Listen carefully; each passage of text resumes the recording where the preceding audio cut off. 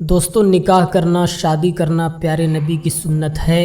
تو نکاح کے لیے لڑکی کیسی ہونی چاہیے، لڑکا کیسا ہونا چاہیے، لڑکی کے اندر ہمیں کن چیزوں کو دیکھنا ہے، شادی کن لڑکیوں سے کرنا افضل ہے، اور آپ کا نکاح کہاں ہوگا، کس سے ہوگا، ان تمام چیزوں کو جاننے کے لیے اس ویڈیو کو آپ پوری ضرور دیکھیں۔ تو چلیے ویڈیو کو شروع کرتے ہیں۔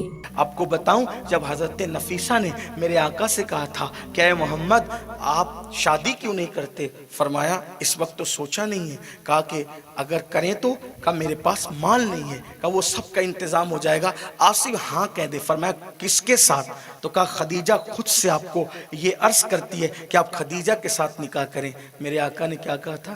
فرمایا تھا شریفوں کے نکاح راستوں میں طے نہیں ہوتے۔ میرے اپنے چچا لوگ موجود ہیں، میں پہلے اپنے چچاؤں سے مشورہ کروں گا، اگر میرے چچا لوگ ہاں کر دیں گے تب میں بھی ہاں کر دوں گا۔ حضور سید العالمین مختار کل ہو کر اپنا پہلا نکاح یہ فرما رہے کہ میں اپنے چچاؤں سے مشورہ کروں گا، اور یہاں چھوٹے چھوٹے 16-16 سال کے لڑکے لڑکیاں دودھ کے دانت بھی ان کے جو ہے وہ سیدھے سے نہیں پکے، اور وہ اپنا نکاح خود طے کرنا چاہتے ہیں۔ ہم زندگی گزاریں گے، ہم طے کریں گے، نادان تجربوں کی ضرورت ہوتی ہے۔ چپل خریدنے جاتے ہو تو 4 دوستوں کو لے جاتے ہو، کیسی ہے کیا ہے تحقیق کرتے ہو۔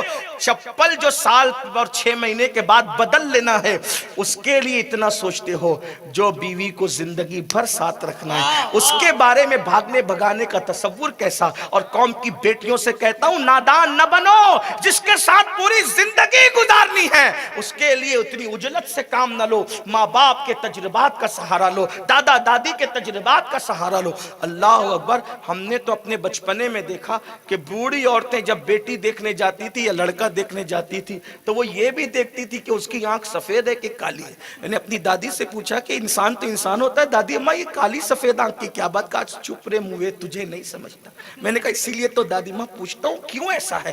تو فرمایا کہ جن کی آنکھیں سفید ہو، بھئی جن کی ہو تو برا نہیں ماننا۔ وہ دادی نے کہا وہ سچ بھی ہو سکتی ہے، غلط بھی ہو سکتی ہے، وہ کوئی شریعت نہیں دادی کی بات کر، اور یہ بھی نہیں کہ میں دادی اماں کا کوئی فرمان سنانے آیا، اس لیے بات نکل آئی تو کہہ رہا ہوں کہ عورتیں دیکھیں کہاں تک ان کا دماغ۔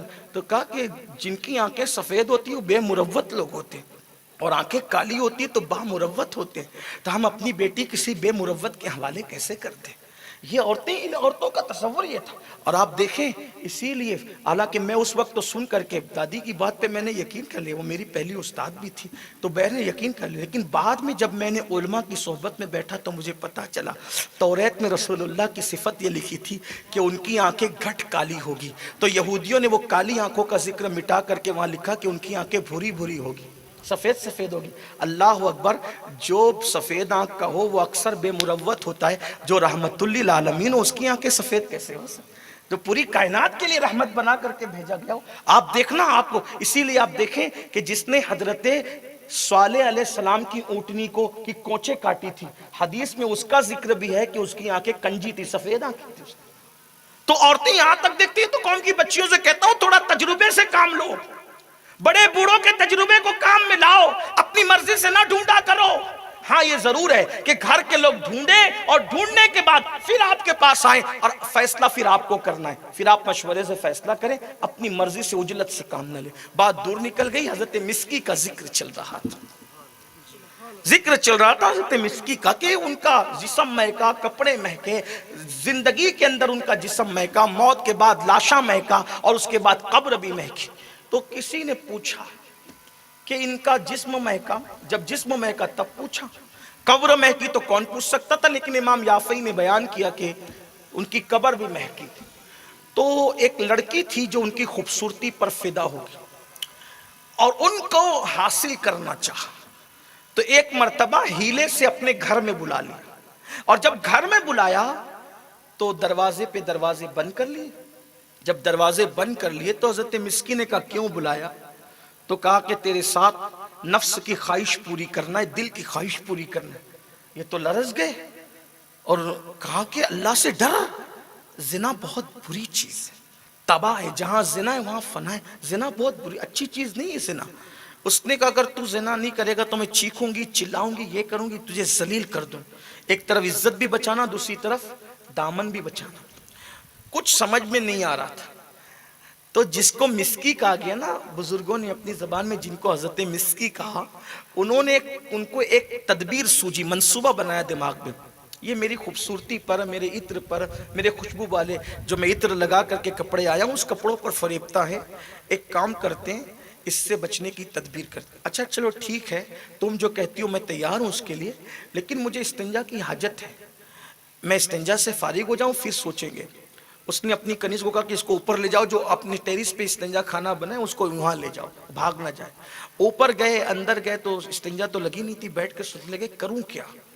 تو پاخانہ اس کے اندر تھا بیت الخلاء میں، سوچا کہ ایک طرف زنا ہے، یہ زنا اگر کر لوں گا تو 7 سمندروں کا پانی بھی میرے دل پہ لگا ہوا دل کا دھبا نہیں دھل سکتا، اور ہے پاخانہ، زنا اور پاخانہ دونوں، اگر پاخانہ بدن پہ لگا لوں تو یہ تو چند بالٹی پانی سے دھل جائے گا، تو جو دھل جائے گا اس کو لے لیتے ہیں، جو نہیں دھل سکتا اس کو چھوڑ دیتے ہیں۔ وہ گندگی لی اور اپنے بدن پہ مل لی، اور مل کر کے جب آئے تو بدبو سی آ رہی تھی، اس نے چیخا چلایا پاگل پاگل، وہ لڑکی چلائی پاگل پاگل، اس کو تو میں بہت خوبصورت اور عقل مند سمجھ رہی تھی، اور جب چلانے لگی پاگل پاگل تو جلدی سے کنیز نے دروازہ کھولا، یہ بھاگے اور گھر گئے، غسل کیا، مصلی پر 2 رکعت شکرانہ پڑھی، اور اللہ سے عرض کی مولا کتنے بڑے گناہ سے تو نے مجھے بچا لیا، پاخانہ میں نے کیا ملا، اتنے بڑے گناہ سے بچ گیا، تیرا شکر ہے۔ اور رو رہے تھے کہ اللہ آج تو نے میرے دامن پر گناہ کا دھبا لگنے سے بچا لیا۔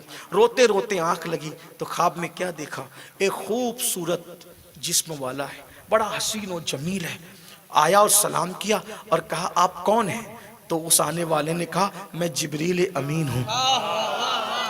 جبریل ہیں آپ؟ ہاں، آج تیری ادا اللہ کو اتنی پسند آئی ہے، اتنی پسند آئی ہے، اللہ نے فرمایا کہ جبریل میرے اس بندے نے اپنے آپ کو زنا سے بچانے کے لیے اپنے جسم پر غلاظت ملی، گندگی ملی میری خوشی کے لیے، اور جسم کو زنا سے ناپاک نہیں ہونے دیا، جاؤ اس کے جسم پر ہاتھ پھیر دو۔ اس نے پاخانہ ملا تھا نا زنا سے بچنے کے لیے، اس کے جسم پہ ہاتھ پھیر دو، تو جبریل امین نے اس کے جسم پہ ہاتھ پھیرا، جب ہاتھ پھیرا تو خواب ہی میں جسم مہکنے لگا، اور جب آنکھ کھلی تو بھی جسم مہک رہا تھا، پوری زندگی جسم مہکتا رہا، مرے موت آئی تو لاشا بھی مہکا، اور بعد میں ان کی قبر بھی مہکی۔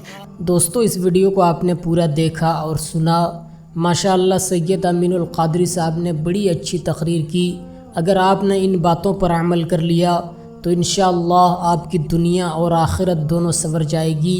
دوستو اللہ کے نبی صلی اللہ تعالیٰ علیہ وآلہ وسلم ارشاد فرماتے ہیں، اللہ کے نبی کی حدیث پاک ہے، النکاح من سنتی فمن رغب عن سنتی فلیس منی، یعنی پیارے نبی صلی اللہ علیہ وآلہ وسلم ارشاد فرماتے ہیں کہ نکاح کرنا میری سنت ہے، اور جس نے میری سنت سے انکار کیا، یعنی جس شخص نے بھی شادی سے انکار کیا، تو پیارے نبی فرماتے ہیں فلیس منی، یعنی وہ شخص مجھ سے نہیں ہے۔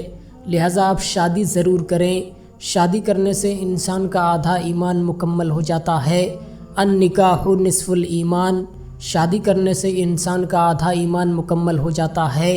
دوستو جب ہم شادی کے لیے لڑکی دیکھنے جاتے ہیں تو سب سے پہلے ہم لڑکی کی جائیداد دیکھتے ہیں، مال و دولت دیکھتے ہیں، لڑکی کا باپ اچھا کمانے والا ہے یا نہیں، گھر مکان اچھا ہے یا نہیں، ان چیزوں کو ہم سب سے پہلے دیکھتے ہیں۔ لیکن ہمیں لڑکی کے اندر یہ دیکھنا ہے کہ لڑکی اچھے اخلاق کی ہے یا نہیں، نماز روزہ کی پابندی کرنے والی ہے یا نہیں، عزت کرنے والی ہے یا نہیں، قرآن پڑھنے والی ہے یا نہیں، ان چیزوں کو لڑکی کے اندر ہمیں دیکھنا ہے کہ لڑکی اچھے اخلاق والی، اچھے کردار والی ہے یا نہیں۔ لیکن ہم ان چیزوں کو نہیں دیکھتے، ہم لڑکی کی خوبصورتی دیکھتے ہیں، اس کی جائیداد دیکھتے ہیں، اس کی مال و دولت دیکھتے ہیں، اور ہم اسے شادی کر کے لے آتے ہیں۔ لیکن یہ رشتہ زیادہ دیر تک ٹکتا نہیں ہے، کیونکہ لڑکی کے اندر اچھا اخلاق نہیں ہے، لڑکی نماز روزہ کرنا نہیں جانتی، قرآن پڑھنا نہیں جانتی، گھر والوں کی عزت، بڑوں کی عزت کرنا نہیں جانتی۔ تو دوستو اس ویڈیو کو دیکھ کر آپ سمجھ گئے ہوں گے کہ لڑکی کے اندر ہمیں کن کوالٹی کو دیکھنا چاہیے اور کیسی لڑکی سے شادی کرنی چاہیے۔ تو دوستو اس ویڈیو پر آپ اپنی کیا رائے رکھتے ہیں ہمیں کمنٹ کر کے ضرور بتائیں، اور اس ویڈیو کو اپنے دوستوں احباب تک ضرور شیئر کریں۔ خدا حافظ۔